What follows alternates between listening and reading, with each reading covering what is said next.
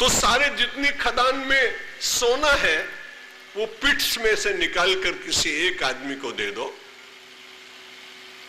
और ये सब मिल जाए, पूरा अनाज मिल जाए, पूरा धन मिल जाए, पूरा सोना मिल जाए, सारे संसार की रूपवती महिलाएं मिल जाएं, और फिर उस आदमी से पूछो पर्याप्त है? वो कहेगा पर्याप्त तो है, लेकिन थोड़ा और हो जाता तो अच्छी बात है।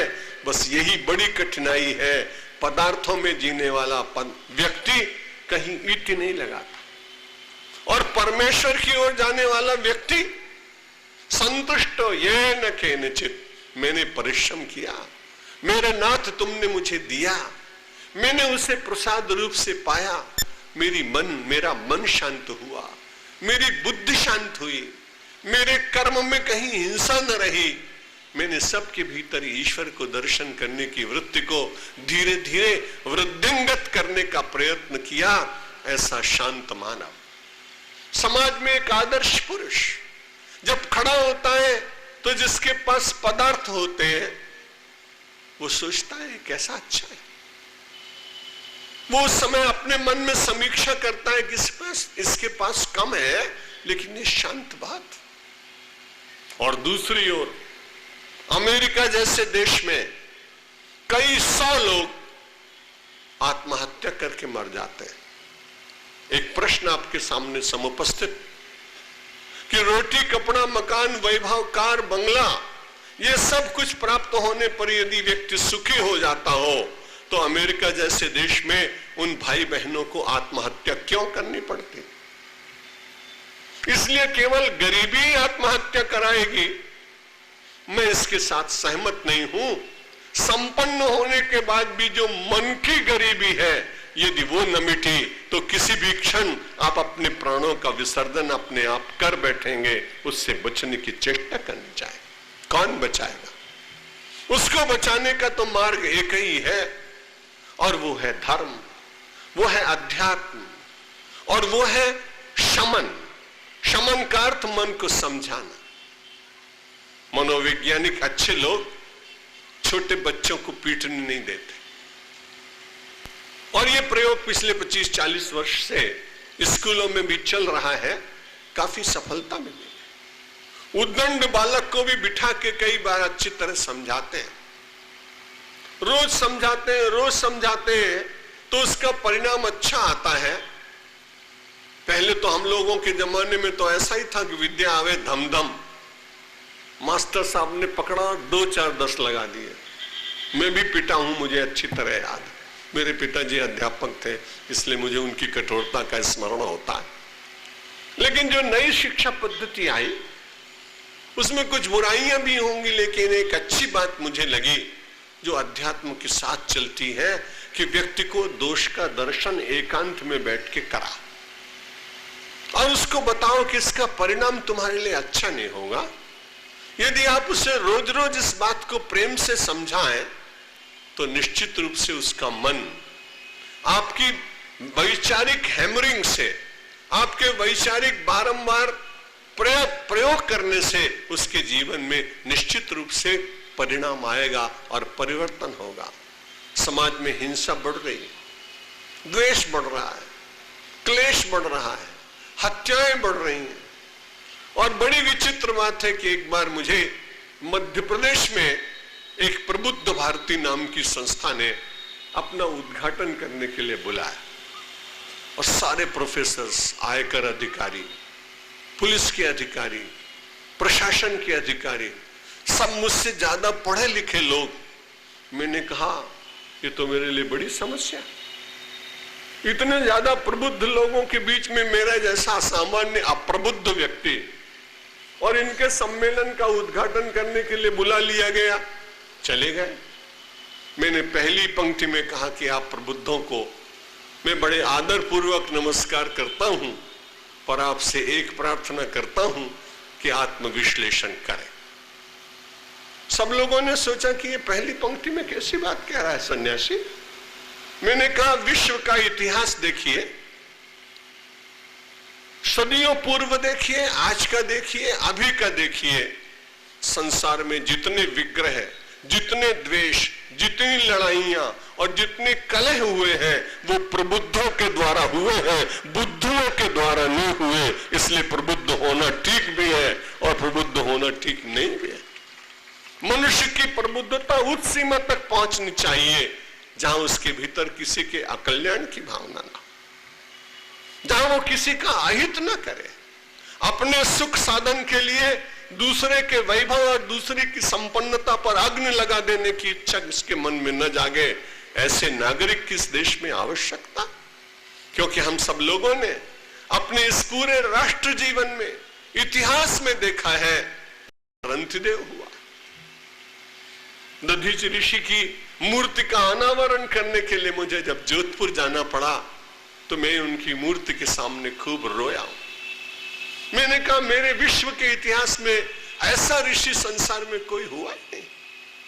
मैं कहीं जाऊं और किसी से कहूं कि अन्न दान करो तो मुझे मिल जाएगा, मैं किसी से कहूं मुझे वस्त्र दान करो तो कोई दे देगा, मैं किसी अपने मंदिर में स्वर्ण कलश चलाना चाहूं और कहूं मुझे स्वर्ण दान करो तो मिल जाएगा। लेकिन कैसी विचित्र बात, सब लोग मिलकर प्रार्थना करें कि आप मुझे प्राण इसलिए दीजिए कि राक्षस मुझे सता रहे हैं, आपकी अस्थियों से बना हुआ धनुष बाण राक्षसों के वध में सहायक होगा। और महर्षि दधीचि कहे आज इससे बढ़कर और कौन सा जीवन का क्षण होगा। परहित लाग तजहि जे देही संतत संत प्रशंसहि जेहि। और ध्यान लगाकर दधीचि बैठ गए।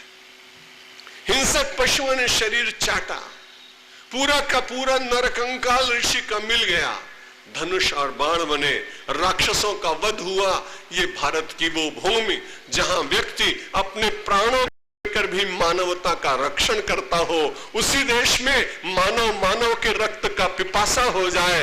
एक कैसी विचित्र सी बात। जो शांतिवाद का संदेश देता रहा हो वो आतंकवाद को स्वीकार कर ले।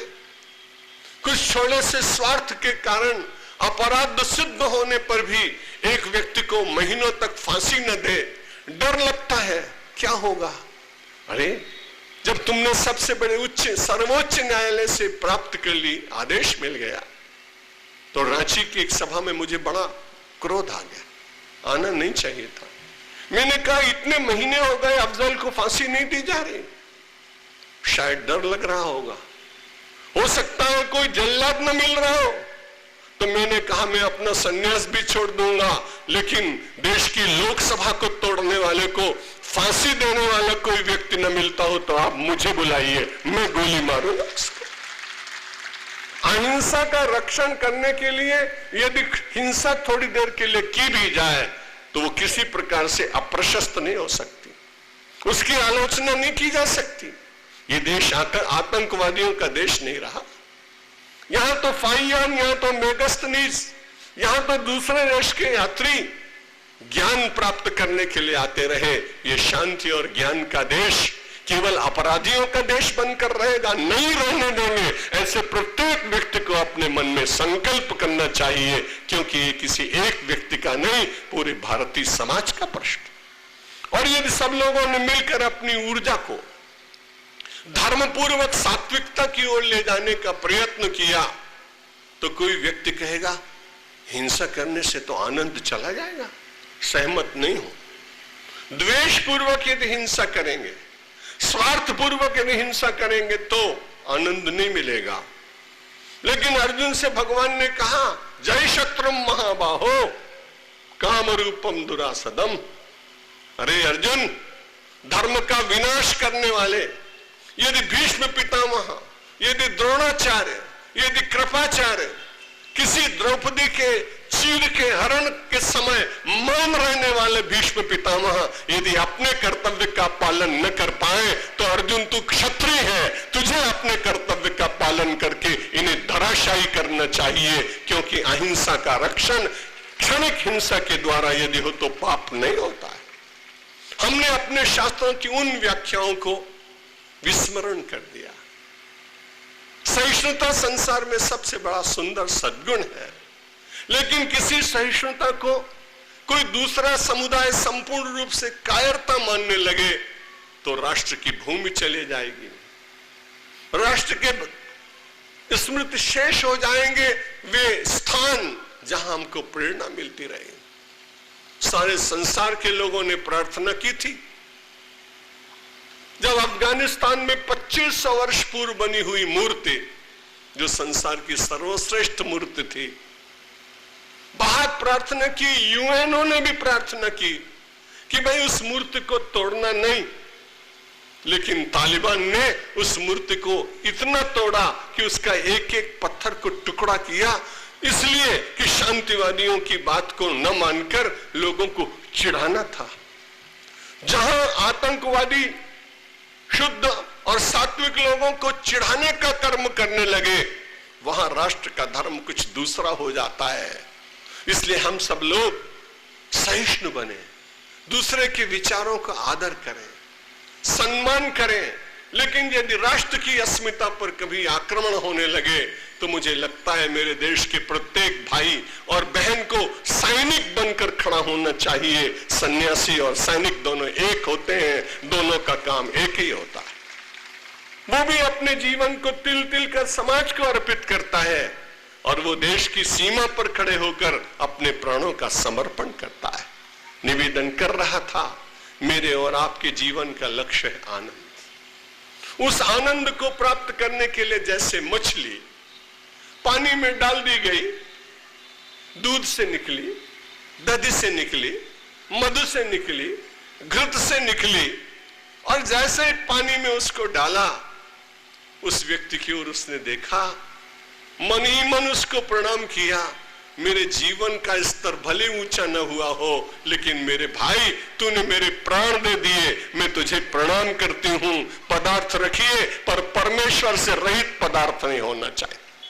यदि परमेश्वर साथ में होगा तो जीव रूपी इस मीन को सुख मिलेगा, वास्तविक आनंद की अभिलाषा मन में जागेगी, उसकी परिभाषा पहचानने का प्रयत्न होगा, उसके अनुभव जीवन में अवतरित करने के लिए एक लालसा जागेगी और फिर दुस्संग का परित्याग हो जाएगा। सत्संग करेंगे आप, सत्संग करते करते आपका मन शुद्ध होगा। एक आदमी ने मुझसे पूछा, सत्संग से कुछ लाभ होता है क्या? मैंने कहा हाँ। 30 वर्ष पहले गांव में जब निकलता था तो लोगों के कपड़े बड़े गंदे होते थे।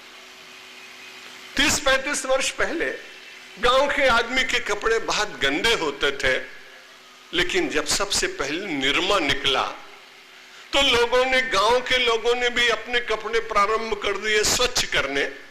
बाद में तो बहुत सारे डिटर्जेंट निकले, अधिकांश लोग स्वच्छ वस्त्र पहनते हैं। मैंने कहा मेरे भगवान ने भी सत्संग रूप पहला पाउडर दिया, जिसको करेंगे तो अंतर का वस्त्र शुद्ध होगा और अंतर में आनंद की अनुभूति होगी। बिनु सत्संग विवेक न होई, राम कृपा बिनु सुलभ न सोई।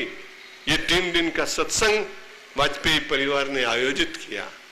3 दिन का ही क्यों? क्योंकि आप 3 गुण में तो रहते हैं, एक सत्व गुण, एक रजोगुण, एक तमोगुण। अब 3 दिनों में आपके सारे गुण चले गए तो आप तो सब त्रिगुणातीत महात्मा है मेरे लिए। 3 दिन का सत्संग क्यों? क्योंकि हमारे सबसे प्रसिद्ध 3 ही तो देवता हैं, ब्रह्मा विष्णु और महेश। फिर 3 दिन का ही सत्संग क्यों? क्योंकि जागृत, स्वप्न और सुषुप्ति 3 ही तो अवस्था है। चौथी अवस्था तो तुरिया की होती है, चौथी अवस्था तो वीतराग की होती है। और इसलिए बड़ा अच्छा लगा कि आप सब लोगों ने मुझ अकिंचन सन्यासी को, जो बहुत बार यहां आ तो चुका था, लेकिन इतने विशाल सभा के रूप में किसी एक ही व्यक्ति को सुनने के लिए नहीं, उसकी पूजा स्वीकार करने के लिए आप सब आए। मैं बहुत कृतज्ञ हूं। मेरे समय की मर्यादा, जब मैंने अपना घटिका यंत्र देखा तो लगा कि मैं आधा मिनट ज्यादा निकल चुका हूं। दूसरी बार जब आऊंगा तो वापस करने की चेष्टा करूंगा। इस बार 2 मिनट और आपके लेता हूं, मेरे साथ बोलिए। भगवान मेरी नैया उस पार लगा देना, अब तक तो निभाया है, आगे भी निभा देना। दल बल के साथ माया घेरे जो मुझे आकर, तो देखते न रहना, झट आके बचा लेना।